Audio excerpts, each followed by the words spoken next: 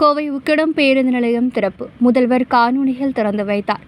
கோவை மாவட்டம் உக்கடம் பேருந்து நிலையம் நவீன முறையில் சீரமைக்கும் பணிகள் மேற்கொள்ளப்பட்டது.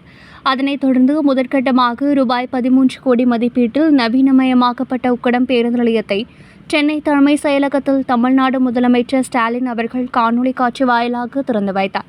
உக்கடம் பேருந்து நிலையத்தில் நடைபெற்ற நிகழ்ச்சியில் மாவட்ட ஆட்சியர் பவன்குமார், மேயர் ரங்கநாயகி, மாநகராட்சி ஆணையாளர் சிவகுரு பிரபாகரன் ஆகியோர் கலந்து கொண்டனர். இப்பேருந்து நிலையத்தில் 58 பேருந்துகள், முனையம் 1 மற்றும் 2 நிறுத்தும் தளங்கள், 80 எண்ணிக்கையிலான பேருந்துகள் இயங்கும் வகையில் வளாக விரிவாக்கம் செய்யப்பட்டுள்ளது.